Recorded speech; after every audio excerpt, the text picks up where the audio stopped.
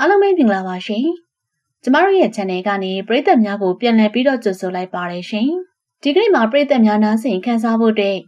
တင်ဆက်ပေးမယ့်ဇာတ်လမ်းလေးကတော့စာရေးဆရာချစ်နိုင်ရေးသားထားတဲ့မျိုးများကုန်းမောင်ရှာပုံတော်ဆိုတဲ့ဇာတ်လမ်းမှာအပိုင်းတဲ့ကုန်းမောင်ဟူသည်ဆိုတဲ့အပိုင်းကိုတင်ဆက်ပေးမှာဖြစ်ပါတယ်။ပရိသတ်များကနားဆင်ခန်းစားအားပေးကြပါဦးရှင်။ဒီဇာတ်လမ်းလေးကိုမစခင်မှာတော့ကျမတို့ရဲ့ channel လေးကို like and subscribe လုပ်ပြီးတော့အားပေးထားကြဖို့နဲ့ဒီလိုကြောင်းရာတွေတစ်တန်းသိရှိနိုင်ဖို့ကိုဘေးနားအနူဒီခေါင်းလောင်းလေးကိုနှိပ်သွားပေးပြီးတော့အားပေးခဲ့ကြပါအောင်လို့တောင်းဆိုလိုက်ပါရစေရှင်။အခုပဲပရိသတ်များနားဆင်ခန်းစားဖို့အတွက်ကုန်းမောင်ဟူသည်ဆိုတဲ့အပိုင်းလေးကိုတင်ဆက်ပေးလိုက်ပါတယ်ရှင်။1115ခုနှစ်မှာတော့ဦးအောင်စရဟာမင်းချစ်မျိုးနဲ့မော်များကိုတုတ်တင်ရှင်းလင်းပြီး၍ချင်းတွင်းနဲ့အေယာဝတီအကြား၌ရှိတဲ့ကျမဒီပနယ်မြေအားလုံးကိုပိုင်ဆိုင်ခဲ့လိမ့်ပြီ။ထို့အခါမြို့တစ်တီထောင်ရဲ့အတွက်ညီတော်သားတော်မုမဲ့စသည်တို့ကိုခေါ်ယူဆိုင်ပြင်းလေတယ်။ဦးအောင်စရကအခုငါတို့မုံဆိုးဖို့ကထီဆောင်နန်းနေရာရာဇဌာနီမင်းနေပြည်အဖြစ်တွင်အပါအဝင်ဖြစ်နေလေပြီ။လက်ရှိအခြေအနေမှာတော့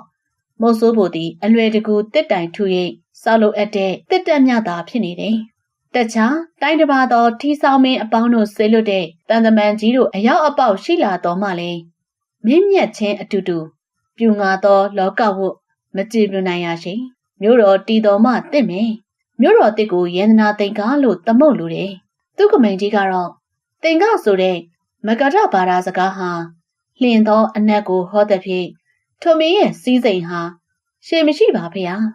ဦးအောင်စရာကအတော့တော်အမိကိုသမုတ်မှစီးစိမ်တော်ရှေမည်နီအဲ့ဒီလိုမင်းလိုက်တဲ့ခါမှာတော့သူကမိန်ကကုန်းမောင်လို့သမုတ်တော့ဘုံတော်ကြီးရဲ့တက်တော်ရှိမယ်သားတော်အစင်မြေးတော်အဆက်ဧကရစ်ကြီးဖြစ်မည်လို့နမိတ်ဩဘာရပါတယ်ဖေဟာလို့ပြန်လဲလျှောက်တင်နေတယ်ဦးအောင်စရာကအเจ้าကအတုတ်နီးလို့ပြန်မေးလိုက်လေတယ်သူကမိန်ကြီးကတော့အရှင်ဘိုးတော်ပြီးတော့အဆက်အနွယ်ကအလောင်းတော်မဟာတမတ္တမင်းမစပြီးတော့ရွှေလက်ထက်တော်တိုင်းအတိန်စဝိတာခတိယနွယ်လားတာကင်ဝင်မင်းတို့ရဲ့အဆက်အနွယ်တော်ဖြစ်လေတယ်ထိုမင်းဆက်တို့ကိုဟန်တာဝရီမင်းတို့ဖြတ်ပြန်လေတာကြောင့်တကြနန်းယိုသူတို့အနွယ်တော်ပြက်လေတယ်ရင်းသည်တွင်ဟန်တာဝရီမော်မင်းတို့ကရင်နဲ့တူလေတယ်ထိုရေကိုဖြတ်တန်းလွှမ်းမှု၍အရှင်ဘုံတော်ဖြင့်အထက်ကတကြနန်းယိုသူတို့အနွယ်တော်ကိုပြန်ဆက်သည်ဖြစ်ပြီးဘဝအရှင်မင်းတရားကကုန်းမောင်နှင့်တူလေတယ်အရှင်သားတော်မြေတော်တို့ကနောင်တော့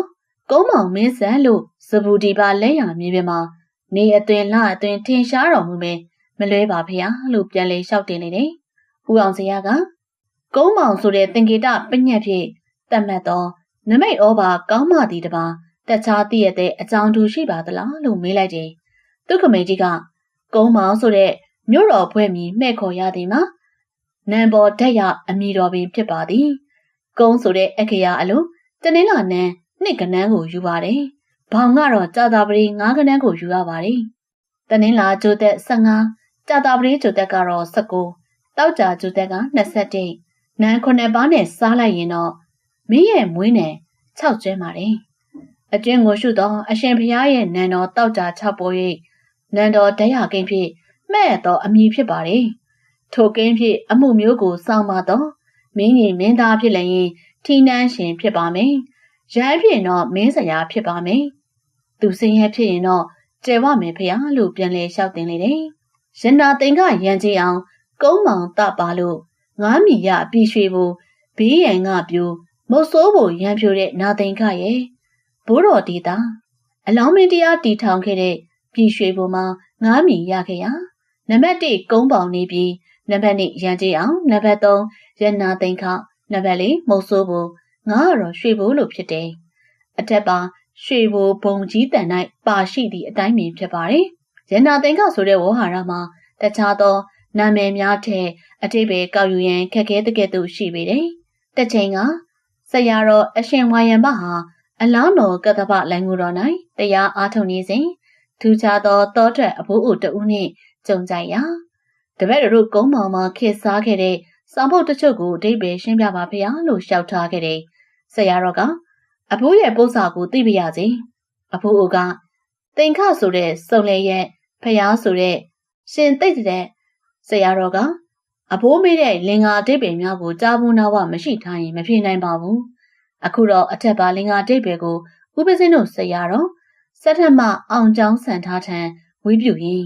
မကြာခဏမိန်ဘူးလို့အဖိုးအမေကိုဖြေနိုင်ပါတယ်လို့ပြန်ပြီးတော့မိန်တော်မူတယ်သင်္ခဆိုတဲ့စုံလျက်ဆိုတာကတော့ဩဇာတက္ကရာ1113ခုမှာအင်းဝပြက်ပြီးတော့အလောင်းမင်းတရားဥအောင်စေရမြန်မာပြည်အရက်ရက်ပြန်လဲတိုက်ခိုက်သိမ်းယူပြီးတဲ့နောက်ဟန်တာဝရီတောင်ကူအင်းဝရှမ်းရွံအရက်များမှာရွှေငွေပရံများစတဲ့ရတနာအပေါင်းတို့သည်မုတ်ဆိုးပုံမြို့သို့ဆုလာသည်လဲတချံစာပေပဋိကတ်ဓာတ်တော်မွေတော်ကြီးဆိုတဲ့ရတနာအစစ်အပေါင်းတို့ဆုလာသည်လဲတချံ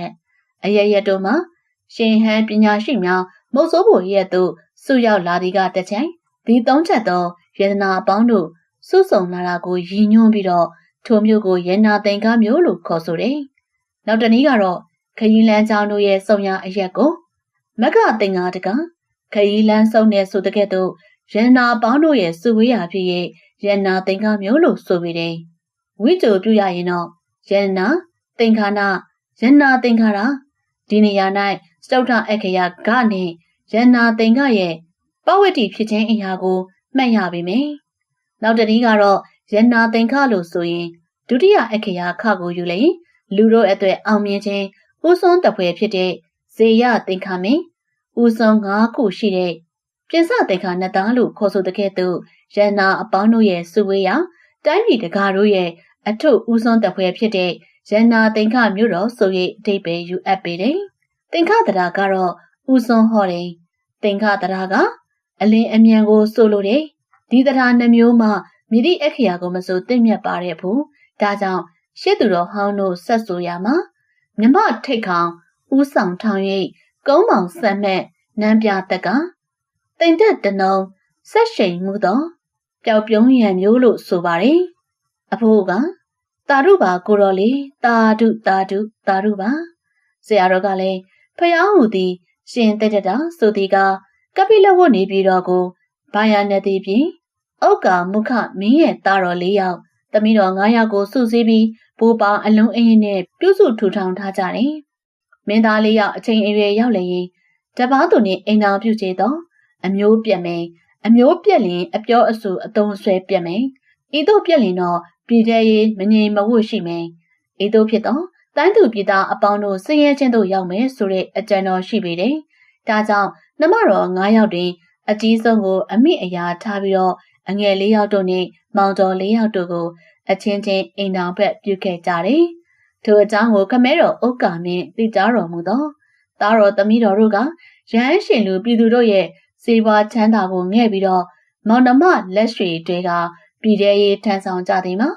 အလွန်ပြုနိုင်ခဲ့တဲ့အရာကိုပြုပေစွာလို့ချီးမွမ်းစကားဆိုခဲ့ပေတယ်။ဒါကိုရည်ညွှန်းပြီးတော့အရှင်အကသမာတိဆက်ဆိုရမှာတော့တကြဝတ္တမကုရာဟုဩဇာသားကြီးနှုတ်ခွန်းရီကြောင့်ပင်စီညွန့်ညောက်မင်းယိုးပေါက်သည်ထိုတကြဝတ္တစကားကိုဆွဲရိပ်တာဂီဝင်မင်းမျိုးလို့တွင်ရာကုန်းမောင်ဆက်မြမမင်းများလဲအပါအဝင်ဖြစ်ပေတယ်။ပြည်သူတို့စိုးရိမ်ခြင်းပျောက်ပြီးတော့စိတ်ချမ်းမြေ့ခြင်းဖြစ်တာကိုတိတ္တာဖြစ်တယ်လို့ခေါ်ဆိုတယ်။ဒါကိုဆွဲပြီးတော့ဖျားလောင်တာရတနာဖွားမြင်ရတွင်ငယ်နံမြမှာတိတ္တာလို့မှဲ့ခေါ်ခဲ့တယ်။ဖျားဖြစ်သို့ရောက်သောဘောရီပင်ရောက်နိုင်စိတ်နှလုံးချမ်းမြေ့ခြင်းဖြစ်တော်မူတာကိုဆွဲပြီးတော့ဤသုံးချက်သောတိတ္တာကိုရည်၍ဖျားဆိုတဲ့ရှင်တိတ္တာလို့ခေါ်ဆိုပါတယ်။အဖိုးကတာရုပါပဲကိုတော်လေးတာဒုတာဒုတာဒုတပြင်းညိုရွှေဘိုပန်ရွှေဘိုနေမြင့်နဲ့ပတ်သက်ပြီးတော့ဦးတောင်ရေဦးရဲ့သုတေသနဆောင်းပါး၌အောက်ပါချက်လက်များပါရှိပါတယ်ခရစ်တက္ကရီ300စုလောက်ကပြူလူမျိုးတို့ဟာဟန်လင်းကြီးမြို့ကိုစတင်ထူထောင်နေထိုင်ကြတယ်ထိုပြူတို့သည်စီးပွားရေးနှင့်ရည်ကျေးမှုတို့၌အထက်တန်းကြတယ်လို့ဆိုရပေမယ့်ရွှေငွေကြောက်တံပရံများတို့ဝစ်စင်နေငွေတင်းကား30တဲ့အလူအတန်းများတိုက်မြိုက်စွာပြုလုပ်လေးရှိတယ်မြို့တွင်လူထု30ရန်တိုင်ပေါင်း80ကျော်ပါဝင်သောအလူတင်းကုတ်ဒါမှမဟုတ်မြို့တော်ခမ်းမဆောင်စလုပ်ခဲ့ပုံကိုနောက်ဆုံးတူးပေါ်ချက်များအရာတတ်သိခံနေခရစ်တက္ကရီ900စုမှာရှေးဦးမြန်မာလူမျိုးတို့တိုးဝင်လာကြရမှာပြူတို့ရဲ့ဩဇာပြက်ပြားခဲ့ရတယ်မြန်မာပြည်အလဲပိုင်းတွင်ထင်ရှားတဲ့လွင်ပြင်3ခုရှိရာနံပါတ်1ကတော့တမ္မဒီပါတိုင်းရှိ မင်းဘူးလင်းပြင်နံပါတ်2ကသူနာပရဏတိုင်းရှိကြောက်ဆယ်လွင်ပြင်နဲ့နံပါတ်3ကတော့ရွှေဘိုခေါ်မူးမြင့်ဝမ်းလွင်ပြင်တို့ဖြစ်ပါတယ်။အရိမဒနာပကံမှာမြန်မာများတိုးရှက်ဝင်ရောက်လာခြင်းဖြစ်တယ်။သို့သောရွှေဘိုလွင်ပြင်ရှိမူလလူမျိုးစုဖြစ်တဲ့ပြူနေတိတ်ကန်တူတို့နဲ့အတူရောနှောနေထိုင်ကြပါတယ်။ပကံကြောက်စာများအရာရွှေဘိုတဝိုင်းမွန်းမြင့်တခြားကိုနံပါတ်1လက်ထိုတိုင်းနံပါတ်2မုတ်ဆိုးချိုတိုင်းနံပါတ်3မုတ်ဆိုးဖိုတိုင်းနံပါတ်4ပင်စီတိုင်းနံပါတ်5ညံသာတိုင်းစသဖြင့်ခေါ်ဝေါ်ကြလေတယ်။တောက်ကတူးတို့ကမြို့တော်တကောင်းကိုတင်တွဲပြည်လို့လည်းခေါ်ကြပါတယ်။အနော်ယထာကတော့ထိုတိုင်းပြည်ကိုစတင်တိမ့်ပိုက်ခဲ့ရာနန်းတောင်များမင်းလက်ထက်မှငြိမ်ဝေးပြည်ပြားရှိတယ်။ပကံခင်းမှစ၍ရွှေဘုံနယ်မှာမြန်မာပြည်ရဲ့ရှေ့တန်းစစ်မြေပြင်မကြာခဏဖြစ်ခဲ့ရတယ်။မြေတူခတ်သိန်းနဲ့တယောက်တင်းရက်တို့မှာတော့ထင်ရှားတဲ့မြန်မာခံတပ်မြို့များဖြစ်ပါတယ်။မုံကိုဘရင်ဒူပလာခန့်နဲ့တက်များဝင်ရောက်လာချိန်မှာတော့မြေတူးနဲ့တကောင်းမြို့များရန်သူလက်သို့ခိတ္တကျဆုံးခဲ့ရတယ်။တယုံများကထိုအချိန်၌ပီကင်းမြို့တော်ပါကျဆုံးကကုပလာခန့်မင်းဆက်များလက်အောက်၌နှစ်နေရာများနေခဲ့ကြရပါတယ်။ပကံခေတ်ဆုံးပြီးနောက်မြန်မာပြည်တွင်၌ရှမ်းရခိုင်မွန်မြန်မာစသည်တို့၏ဗရစ်တရဲ့အချင်းချင်းနေမြေလူပွဲများဆင်နွှဲကြရာရွှေဘုံနယ်မြေသည်စစ်တလင်းပြင်ဖြစ်ရပြန်နေ။မြောက်ပိုင်းမှာမောရှမ်းများထိုးပေါက်ချိန်မှာတော့မြေတူတရနဲ့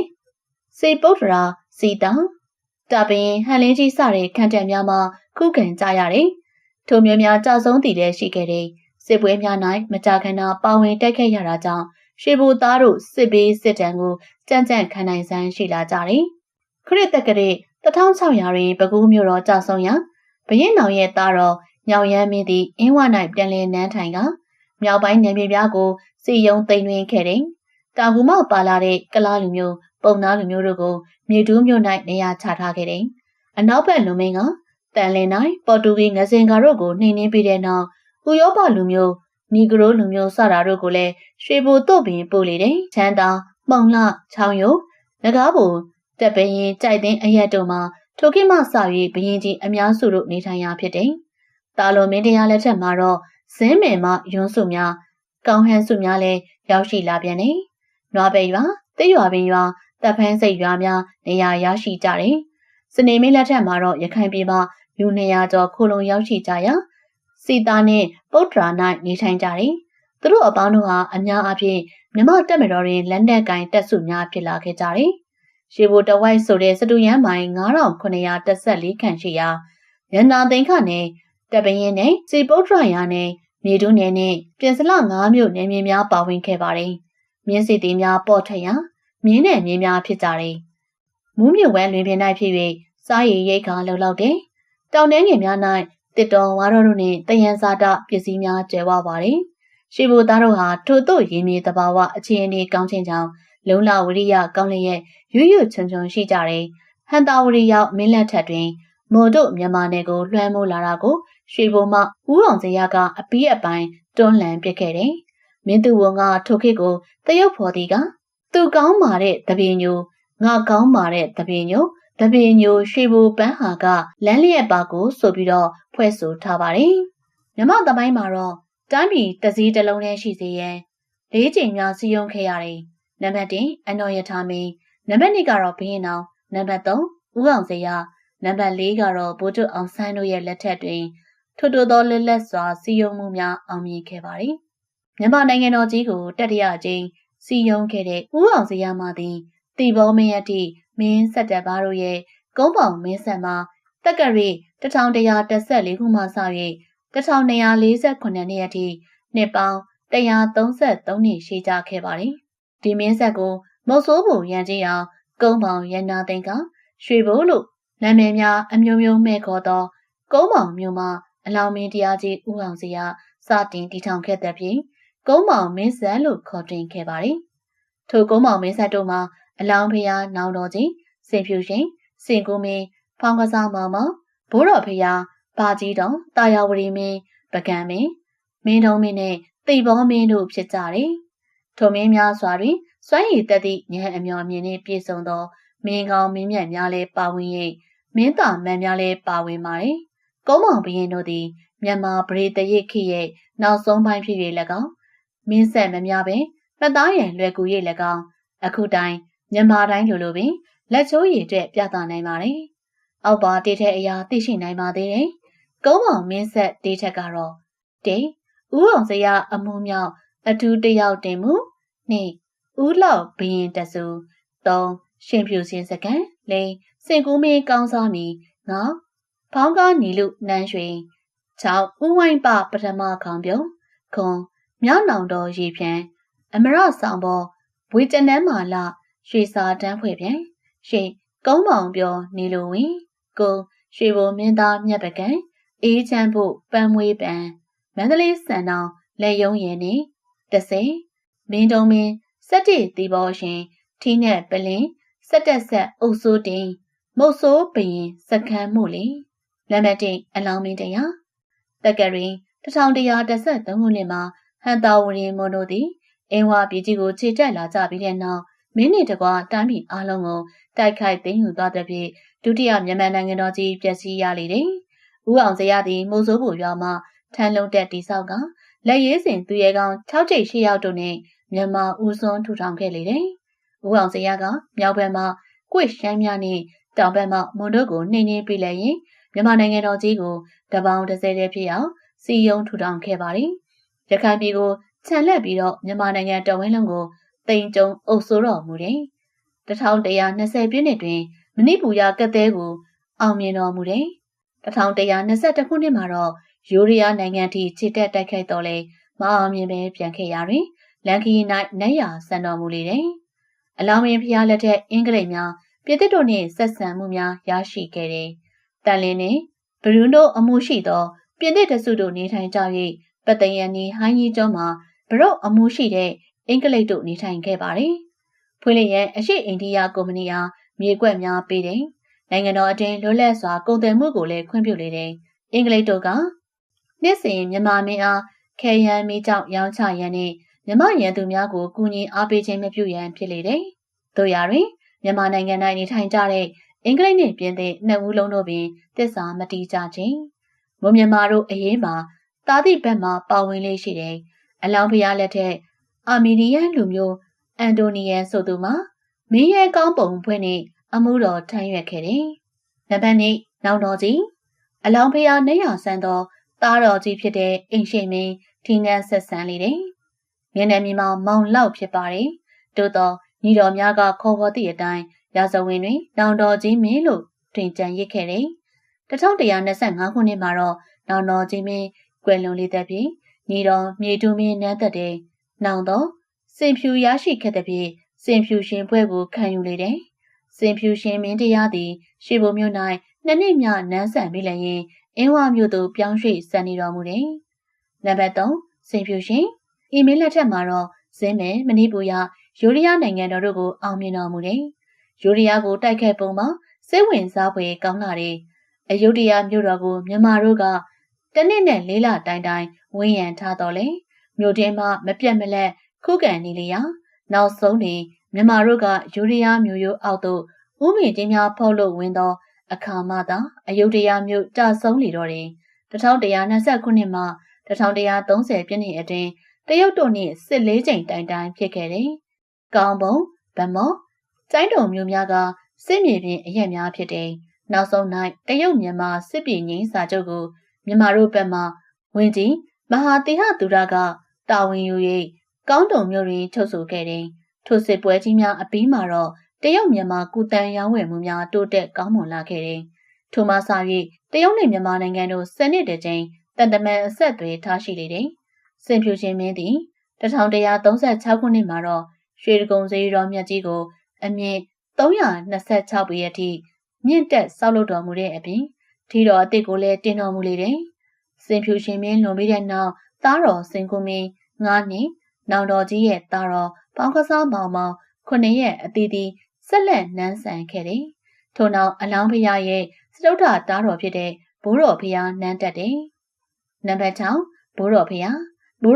မှာသာသနာရေးပညာရေးနဲ့တိုင်းပြည်တာယာဝပြောရေးတို့ကိုအားပေးတော်မူတဲ့ဘုရင်ဖြစ်တယ်။ဘိုးတော်ဖျားသည်အောက်ပင်လယ်ကန်နန္ဒာကန်တို့ကိုထပ်မံပြုပြင်တော်မူသည့်အပြင် မိထီတာကန်တော်ကြီးကိုလည်းအသစ်ဆဲဖို့တော်မူတယ်။1145 ခုနှစ်မှာတော့နိုင်ငံတော်စစ်တမ်းများကိုစီစဉ်ရေးသားခဲ့ပါတယ်။ဒီစစ်တမ်းများမှာယခုခေတ်တကောင်စရင်ကောက်ယူပုံနဲ့တူလာပါတယ်။မြန်မာနိုင်ငံမှာရှိတဲ့လူနေအိမ်ချင်း၊လယ်ယာအကျယ်အဝန်း၊သေးနံအထွက်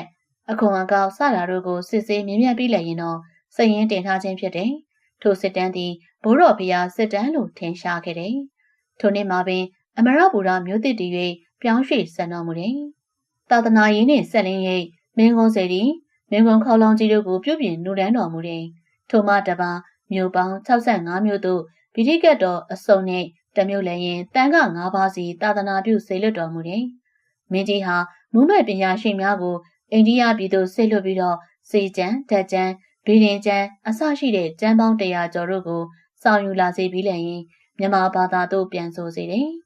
1146ခုနှစ်မှာတော့ရခိုင်ပြည်ကိုသားတော်အိမ်ရှိမင်းအားစေလွတ်သိမ့်ပိုက်အောင်မြင်တော်မူ၍မဟာမုနိရုပ်ပွားတော်ကြီးကိုမန္တလေးသို့ပင့်ဆောင်ခဲ့တယ်။ရခိုင်ပြည်ကိုသိမ်းယူပြီးတဲ့နောက်စစ်တကောင်းနှင့်ရခိုင်နယ်ချောင်းအရင်နှင့်ဆက်လင်း၍မြန်မာနှင့်အင်္ဂလိပ်တို့မသိဖြစ်ကြတယ်။ဘိုးတော်ဖျားလက်ထက်1184ခုနှစ်မှာတော့အမေရိကန်သာသနာပြုဆရာယူကတန်နှင့်ဇနီးတို့ခရစ်ယာန်အယူဝါဒပြန်ပွားစေရန်ရောက်ရှိလာတယ်။မြမငွေတင်းကားတွေကိုဘိုးတော်ဖျားလက်ထက်မှာစတင်တွန်းလှုပ်ခဲ့တယ်။နံပါတ်9ပါကြီးတော်လက်ထက်ဖြစ်ပါတယ်။ဘိုးတော်လူပြီးတဲ့နောက်မြေတော်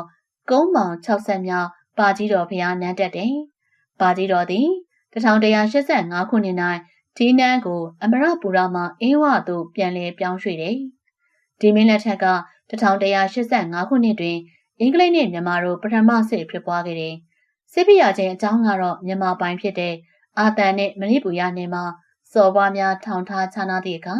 အင်္ဂလိပ်တို့ကမိမိတို့ပိုင်တဲ့အတွင်းကလက်ခံ၍အားပေးအားများပြုလေတယ်။မြန်မာတို့ကလိုက်လံဖမ်းဆီးကြရာတွင်မသိဖြစ်ကြတယ်။1185ခုနှစ်တွင်နတ်မြဝရှိစင်မဖြူကျွန်းခေါ်ရှပ်ပူရီကျွန်းပေါ်၌အင်္ဂလိပ်တို့ကတက်တီဆောက်တင်မှစ၍ထိုကျွန်းကိုသူပိုင်တဲ့နဲ့ငါပိုင်တဲ့နဲ့ဆိုပြီးတော့ငင်းခုန်ရင်စစ်စတင်ဖြစ်ပွားလေတယ်။ဒီစစ်ပွဲတွင်မြန်မာတို့အရေးနှင့်သက်ဖြင့်လန်ဒဘိုစာချုပ်အရာရခိုင်နှင့်တနင်္သာရီနယ်များကိုအင်္ဂလိပ်တို့ပို့ပေးလိုက်ရတယ်။အာသံမဏိပူရနှင့်ကချားနယ်တို့ကိုမနှောက်ယှက်ပါကမြန်မာတို့ကတတိပြုရတယ်။ထိုစစ်ပွဲများတွင်ရဲစံတတိနှင့်ပြည့်စုံသောမြန်မာစစ်ဗိုလ်ချုပ်ကြီးမဟာဗန္ဓုလကိုနိုင်ငံသားများပင်ချီးကျူးကြရတယ်။နံပါတ်၈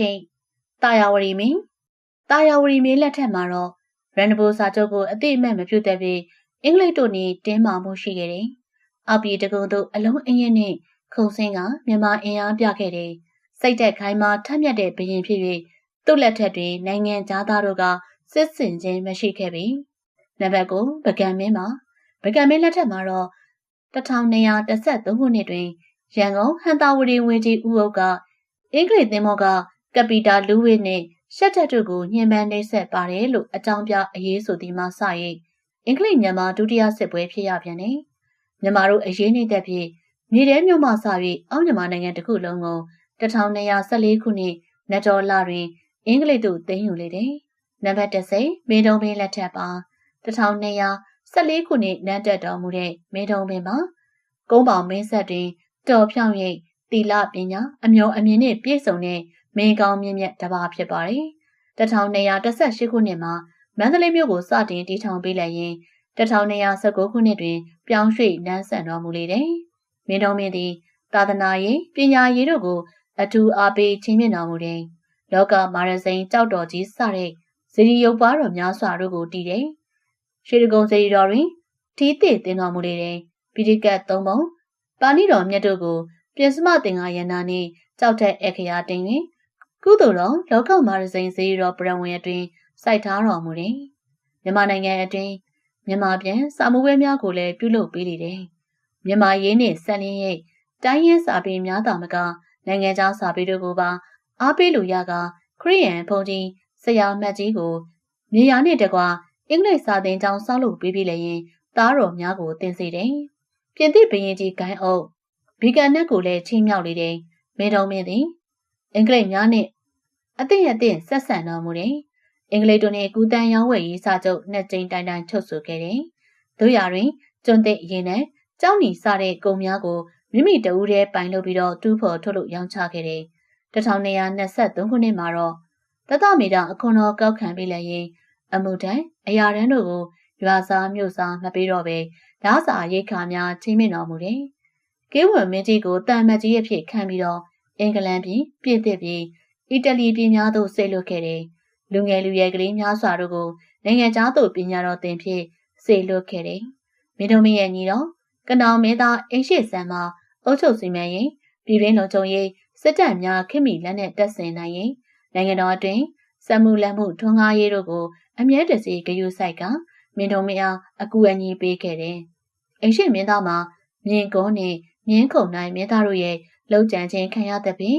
ရည်ရွယ်ချက်အထမမြောက်လေတယ်။1240ပြည့်နှစ်တွင်မင်းတို့မင်းနိုင်ရဆန်တော်မူလေတယ်။နံပါတ်7တီဘောမင်းမှာမြန်မာနိုင်ငံတွင်နောက်ဆုံးစိုးစံတော်မူခဲ့တဲ့တီဘောမင်းမှာမင်းတို့မင်းရဲ့သားတော်တစ်ပါးဖြစ်ပါတယ်။1240ပြည့်နှစ်တီဘောမင်းတန်းတက်တဲ့အခါမှာမင်းသားမင်းသမီး40ကျော်တို့အသက်ဖြတ်ခံခဲ့ရတယ်။တို့ရတွင်ဒီကိစ္စမှာတီဘောမင်းနဲ့မိဖုရားကောင်ကြီးတို့မသိရှိရပေမင်းတို့မင်းနဲ့မိဖုရားကြီးဖြစ်တဲ့စင်ပြူမရှင်မိဖုရားကြီးနဲ့အလိုတူသောမူးမဲ့များဆန္ဒအရာကိုမြတ်ပြစ်တယ်လို့နိုင်ငံသမိုင်းများတွင်ဆိုပါတယ်။တီဘောမင်းလက်ထက်အင်္ဂလိပ်တို့နှင့်တတိယအကြိမ်စစ်ဖြစ်ရတယ်။ဒီတတိယစစ်ပွဲဖြစ်ပွားရသည့်အကြောင်းရင်းများနဲ့ဘုံပေပါမတင်မှုမှာတစ်ခုအပါဝင်ဖြစ်ပါတယ်။တောင်ကုန်နယ်တွင်တစ်လို့သောဘုံပေပါမရောင်းဝယ်ရေးအဖွဲ့ကတစ်လုံးရေ8000ကိုထုတ်ယူလျက်နှင့်3000သာစည်ရင်းပြလေတယ်။မြန်မာအစိုးရတို့ကစစ်ဆေးသိရှိရတဲ့ဖြင့်ကုမ္ပဏီအား23သိန်းဒဏ်ရိုက်လေတယ်။ကုမ္ပဏီကမကြေမနက်ဖြစ်တဲ့ဖြင့်အင်္ဂလိပ်အစိုးရကိုတိုင်ကြားရာအိန္ဒိယဘုရင်ခန့်ချုပ်လော့ဒ်ဒဖရင်ကနောက်ဆုံးရာဇသံပေးပို့တယ်။မြန်မာတို့ကကျင်းနဲ့လောက်အောင်ပြန်ကြားတော်လဲလက်မခံပဲအထက်မြန်မာနိုင်ငံသို့ခြေတက်လာပြီလေရင်1248ခုနှစ်ဒဇမုံလောက်ဆုပ်ရှိရနေတွင်မင်းနဲ့တကွာတိုင်းပြည်ကိုသိမ်းပိုက်လေတော့တယ်။ကုန်းမောင်မင်းများရဲ့ပွဲတော်နဲ့ငင်းနယ်မဲ့စရင်တွေကတော့ခမဲတော်မောင်ညိုဆန်းမဲတော်ရှင်ငင်းအောင်အဲ့ဒီအောက်မှာတော့နံပါတ်1အလောင်းမင်းတရားဦးအောင်စရာရဲ့အောက်မှာတော့နံပါတ်2နောင်တော်ကြီးမောင်လောက်နံပါတ်3စင်ဖြူရှင်မောင်ရွနံပါတ်4စင်ကူးမင်းရဲလာနံပါတ်5ပေါင်ကားစားမောင်မောင်နံပါတ်6ဘိုးတော်ဖျားမောင်ဝိုင်းသူ့ရဲ့အောက်မှာတော့ရခိုင်နိုင်အိမ်ရှိမင်းခမဲတော်လက်ထက်နှဲ့ရွာဆန်နေနံပါတ်9စကိုင်းမင်းဘာကြီးတော်မောင်စိန်နံပါတ်10တာယာဝတီမင်းမောင်ခင်နံပါတ်9ပကံမင်းမောင်မောင်နံပါတ်10မင်းလုံးမင်းမောင်လွင်နံပါတ်17တီဘောမင်းမောင်ရီဆက်တို့ဖြစ်ပါတယ်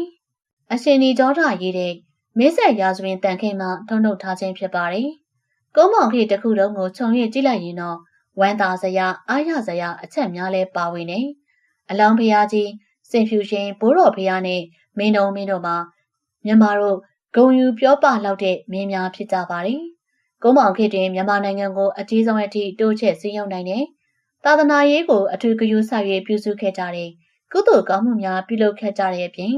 သားချင်းငါးချင်းစားတောက်မှုအရက်သေးစားတောက်ဆောင်မှုတို့ကိုတားမြင်ခဲ့တဲ့ဒီခေတ်မှာရဟန်းပညာရှိလူပညာရှိနှင့်စာဆိုတော်များအများအပြားပေါ်ထွန်းခဲ့တယ်။မြစီမာဒေတာမှဆောင်ယူလာတဲ့စေကျန်းဓာတ်ကျန်းများကိုမြန်မာဘာသာသို့ပြန်ဆိုခဲ့တယ်။ကျုံးဝန်ဘုံမစေရလက်ဝဲပြီးနေတဲ့သူကေးဝန်မင်းကြီးရောအတင်းဝင်အစရှိတဲ့သမတ်သက်ဆရာကြီးများကျမ်းပြူပုဂ္ဂိုလ်ကြီးများပေါ်ထွန်းခဲ့တယ်။ဥတုမြောက်ရီမင်းကြီးဥစကြီးကန်ရှင်ကြီးဝမ်မစော့နဝရီမင်းကြီးကတော်ခင်ဆောင်စာဆိုဦးမင်းဖိုးသူတော်ဦးမင်းအနောက်နမ်းမတော်မမ်းမြလေးထိတ်ခေါင်တင်အစရှိတဲ့စာဆိုတော်များဦးကျင်ဦးဦးပုံများအစရှိတဲ့ပြဆက်ရေးဆရာများပေါ်ထွက်ခဲ့တယ်။ကုန်းမောင်ခေတင်တီးထက်40တပြန်ဘောလင်ယူရီးယားတချင်းကြီးများစသည်တို့မြန်မာစာပေတွင်သစ်စမ်းပေါ်ထွက်လာခဲ့လေတယ်။ပညာရေးနှင့်ဆက်လင်းပြီးတော့မြန်မာစာပေရေးတာမကပြင်သစ်စာပေအင်္ဂလိပ်စာပေများကိုလည်းလေ့လာလိုက်စားလာကြတယ်။မန္တလေးမြို့တွင်အင်္ဂလိပ်စာသင်ကျောင်းပင်ပေါ်ပေါက်လာခဲ့သေးတယ်။ထိုမှတပါကုန်းမောင်ခေတွင်စစ်မှုထမ်းများကိုဘောင်းမီများဝေးဆင်စေ၍အီတလီလူမျိုးပြင်သစ်လူမျိုးဆရာများနှင့်ကြက်မှတ်သင်ကြားစေခဲ့တယ်။ရှေးအခါကမင်းမှုကိစ္စအတွက်စေရှင်တော်လေရင်တော်များကိုသာအသုံးပြုတော်လဲ1235ခုနှစ်ကစ၍ကျင်းနှံရုံတော်များပေါ်ပေါက်လာခဲ့ပါတယ်။မင်းတို့မင်းလက်ထက်၌ စက်မှုလက်မှုလုပ်ငန်းများကိုတင်ကြားရန်နိုင်ငံသားတို့ပညာတော်သင်များစေလွတ်တယ်။နေပြည်တော်တွင်ရက်ကန်းယုံတော်ကြီးစံကျိတ်ယုံများလက်နက်လုပ်ဆက်ယုံလွှတ်ဆက်ယုံတကြားချက်ယုံဖန်ချက်ယုံစသဖြင့်စက်မှုလက်မှုယုံပေါင်း90ကျော်တို့ကိုစတင်လုပ်ကိုင်နေလိမ့်မည်။ထို့မှတပါမန္တလေးမြို့နန်းတော်အတွင်းရှိစာပုံနှိပ်ဆက်မှရိုက်နှိပ်ထုတ်ဝေတဲ့ရတနာပုံနေပြည်တော်သတင်းစာအဖြစ်ဖြင့်သတင်းစာပေးလျင်ပေါ်ထွက်နေလိမ့်မည်။ဒီအကြောင်းအရာများကမြန်မာတို့ခေတ်ကိုအမိလိုက်လာပုံတိုးတက်လာပုံကိုပြသသဖြင့်ဂုဏ်ယူဖွယ်ရာများဖြစ်ပြီးတော့တယ်။ကုန်းမောင်ခေတ်တင်ဝမ်းနေစရာဖြစ်ပျက်များကနောင်တော်ကိုညီတော်များကပုံကန်ခြင်းခမဲတော်ဘာရီတော်များကိုသားတော်သူတော်များကပုံကန်ခြင်းများနှင့်နန်းတော်ရဲတွင်သူ့ဘက်ငါဘက်ဆိုပြီးတော့ကွဲကွဲပြားပြားဖြစ်နေကြခြင်းများဖြစ်ပါတယ်။မြန်မာဘုရင်ကပြင်သစ်တို့အားအထူးခွင့်ရင်းများပေးဖြစ်လျင်မဟာမိတ်စာချုပ်များစီးပွားရေးစာချုပ်များချုပ်ဆိုတာကိုအင်္ဂလိပ်တို့ကအထူးမခံမရနိုင်ဖြစ်ကြပါတယ်။မြန်မာနိုင်ငံတော်အထက်ပိုင်းကိုပြင်သစ်တို့သိမ်းပိုက်ခြင်းဒါမှမဟုတ်ဩဇာလွှမ်းမိုးခြင်းများပြုလုပ်မည်ကိုစိုးရိမ်မကင်းဖြစ်ကြသဖြင့်အင်္ဂလိပ်တို့ကမြန်မာနိုင်ငံအထက်ပိုင်းကိုတနည်းမဟုတ်တနည်းသိမ်းယူကြလိုက်ခြင်းဖြစ်ပါတယ်။ဤသို့အားဖြင့်အနောက်နိုင်ငံကြီးနိုင်ငံများစက်ခွက်လူမှုကြောင့်မြန်မာနိုင်ငံသည်ထီသုံးနန်းသုံးမင်းသုံးပြီးတဲ့နောက်ကျုံဘဝတွင်စွန်းစွန်းမြုပ်ခဲ့ရလိမ့်ပြီ။ဒီကုန်းမောင်မင်းများရဲ့အကျဉ်းချုပ်ကိုဆက်စုံကျမ်းမှကိုးကားပြီးတင်ဆက်ပေးခဲ့တာပါ။ကုန်းမောင်ရှားပုံတော်စာအုပ်၌ထိုမင်းဆက်တပ်ဘာတို့လက်ထက်တွင်လူသိနည်းရိပ်စိတ်ဝင်စားဖွယ်ကောင်းတဲ့ဖြစ်ရပ်တို့ကိုရှာဖွေကမိမောင်းထုတ်ပြီးတော့ပြသခဲ့ခြင်းဖြစ်ပါတယ်။တာမဲသမိုင်းစာအုပ်များနဲ့ကြုံတွေ့ခဲ့ရတဲ့ရာဇဝင်အချက်အလက်များကိုတမန်ရိုးကျတင်ပြနည်းမျိုးမဟုတ်ဘဲနဲ့ကုန်းမောင်ခင်ရဲ့ဆက်ဆောင်သူများကိုရုပ်ရှင်၌မြင်ရသလိုတက်ရှိစင်ကအတိုင်းရှာဖွေတင်ပြခဲ့တဲ့ရှုပ်ွက်ရှုခင်းများဖြစ်ပါတယ်ရှင်။ပရိသတ်များရှင်ဒီကနေ့မှာကျမတို့ရဲ့ channel ကနေတင်ဆက်ပေးခဲ့တဲ့အကြောင်းအရာလေးကိုနားဆင်အားပေးခဲ့ကြသည်မှာကျေနပ်နှစ်သက်လိမ့်မယ်လို့ထင်မိပါတယ်။နောက်ရက်များမှာလည်းကျမတို့ရဲ့ channel ကနေဒီလိုအကြောင်းအရာတွေကိုဆက်လက်ပြီးတော့တင်ဆက်ပေးမှာဖြစ်တဲ့အတွက်ပရိသတ်များကဆက်လက်စောင့်မျှော်ကြည့်ရှုအားပေးကြပါအောင်လို့တောင်းဆိုလိုက်ပါရစေရှင်။